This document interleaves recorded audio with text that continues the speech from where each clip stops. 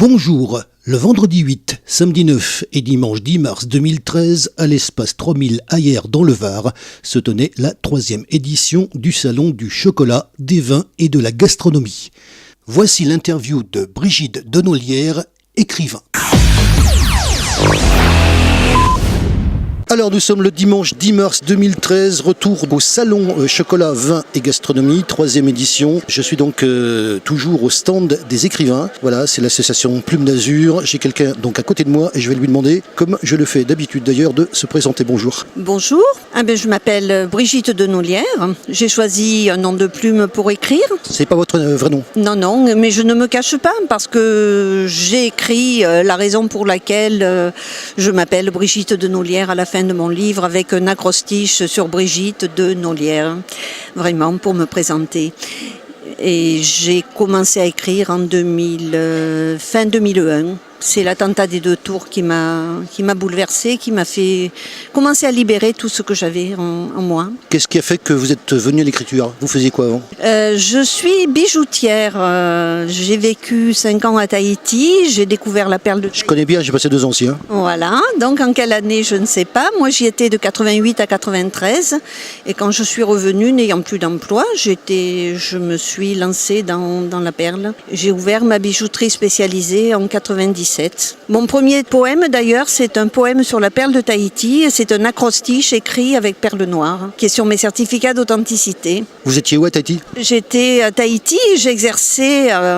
où j'habitais, vous voulez dire? À Papeete ou alors dans les environs? J'habitais Fa'a et je travaillais à Papeete dans une bijouterie qui s'appelait My Pearl. Et le bijoutier avait été formé chez Cartier et le papa était premier baguette chez Cartier. Donc j'ai appris à travailler avec quelqu'un qui avait beaucoup de talent. Et je me suis régalée vraiment, parce que Tahiti, c'est vraiment particulier. Et la perle, n'en parlons pas, c'est magique. On va revenir donc sur ce premier livre, donc commencé à écrire en 2001, terminé, parce que je sais qu'on m'avait dit aussi qu'il y avait plusieurs épreuves. On commence une version, puis après on corrige, etc. Vous avez refait des corrections depuis la première version? Ah non, jamais. Parce qu'en Il y a des gens qui le font, c'est pour ça que je vous pose la question. Oui, non, moi en principe, j'écris ce que je ressens, donc ça me vient comme ça. C'est spontané, c'est de la poésie. Pour moi, ce sont des huiles essentielles. C'est l'essentiel de la vie. Alors le premier, c'est à la fontaine de la vie. C'est l'individu, de la naissance à la mort. Et le deuxième, c'est la société. Donc réflexion faite. Et ça, c'est vraiment la société. 10 ans d'évolution de la société. C'est presque un travail journalistique. Mais en poésie. Plus en slam qu'en poésie d'ailleurs. D'accord, on va revenir donc sur la sortie. Donc on dit 2001 on commence et la sortie du livre. J'attends la réponse, je la connais, c'est pour ça que je pose la question. 2010. 10 ans? Oui. On a fait quoi pendant ces 10 ans? Pendant 10 ans, j'étais dans ma bijouterie, j'entendais les gens qui allaient mal ou bien, et on discutait, et j'allais leur sortir un texte, et je leur donnais un texte, et je leur offrais un texte, et ils repartaient avec le texte, mais chaque fois j'entendais pourquoi vous n'éditez pas. C'est super ce que vous écrivez, pourquoi vous n'éditez pas. Et j'ai édité en 2010 parce qu'en 2008, j'ai été braquée. Ah, très d'actualité. J'ai été agressée par un jeune homme qui m'a emporté 60% de mon stock. Donc il m'a vraiment... Je me suis trouvée complètement cassée moralement. Et c'est là que j'ai envoyé mes textes à un éditeur. Un petit peu de chaque bouquin d'ailleurs. Une semaine après, j'avais le premier contrat. Donc j'ai choisi d'éditer à titre personnel. Et il m'a fallu quand même 2 ans entre le moment où j'ai envoyé un brouillon. Parce que je l'attendais celle-là. Et voilà. Et après, il m'a fallu quand même encore 2 ans pour arriver à lâcher parce que comme j'ai choisi de mettre tout ce qui était quand même plus personnel dans le premier, mettre ses tripes à nu, entre guillemets, c'est pas facile. Pour trouver un éditeur, je l'attends celle-là, parce que je connais des questions. Oui, pour trouver un éditeur, c'est un parcours du combattant, mais je suis une fille très humble, donc je n'ai jamais tapé aux portes des grands éditeurs. Au lecteur de se faire une opinion par rapport à ce que j'écris. On va parler du dernier maintenant, le dernier en date. Le dernier en date est sorti en mars 2012, je voulais le sortir avant les élections, et j'avais l'intention de l'envoyer quasiment à toutes les têtes de liste. Mais je ne l'ai pas eu assez tôt. Parce que le deuxième, c'est vraiment la société. Et le deuxième, j'ai beaucoup de mal parce qu'en fait, personne ne veut se voir. On va rappeler le titre? Réflexion faite. Ça veut dire quoi dans le contexte du livre ?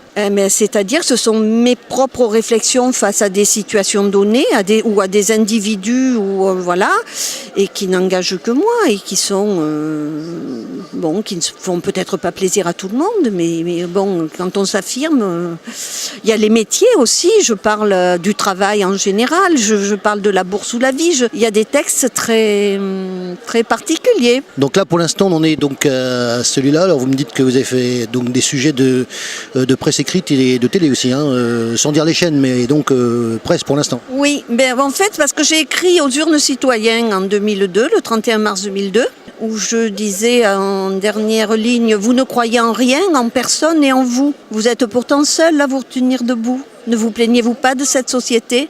Alors dépêchez-vous et allez donc voter. » Et en 2009, j'ai remis ça en disant « Voter n'est pas un droit, voter est un devoir. Voter, c'est s'affirmer, prendre part au pouvoir, etc. etc. » Et donc je suis passée sur, juste avant les élections présidentielles, le vendredi, pour me faire dire aux électeurs d'aller voter, forcément, pas autre chose. Mais c'était très intéressant de voir comment on construisait une petite interview comme ça. J'ai passé 3 heures avec des journalistes pour 3 minutes, mais c'était passionnant. C'était passionnant. Maintenant, je ne sais pas si ça a poussé certains à se rendre aux urnes alors qu'ils n'avaient pas envie, je ne sais pas.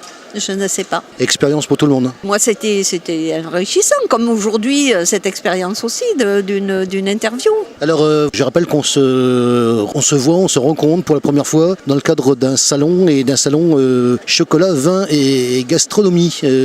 Quand on est un écrivain et qu'on se trouve dans un salon, il y a du public pour... J'en suis témoin, il y a du public pour venir vous voir. La preuve, ça n'arrête pas sur le stand ici. Oui, aussi, parce que c'est de la nourriture spirituelle. Ah, ça y est, j'ai dit spirituelle. Ça, on me l'a dit hier, je suis venu hier. Intellectuelle. Alors je leur dis non, mais ça aussi, nous représentons la nourriture intellectuelle. Quand je dis spirituelle, ils partent en courant parce que c'est tout un contexte ça. Non, c'est intéressant parce que c'est vrai qu'on rencontre des gens de tous âges et c'est le salon, il n'y a rien de mieux pour aller à la rencontre des gens. Moi qui suis bijoutière et qui attends le client, je vous assure, je préfère être là et avoir le contact direct avec les gens sur un salon. Merci beaucoup. Je vous en prie, merci à vous. La particularité de ce salon chocolat, vin et gastronomie est d'avoir un stand entier consacré à la littérature à travers l'association Plume d'Azur que nous avons déjà rencontrée dans le salon Maison et Bien-être.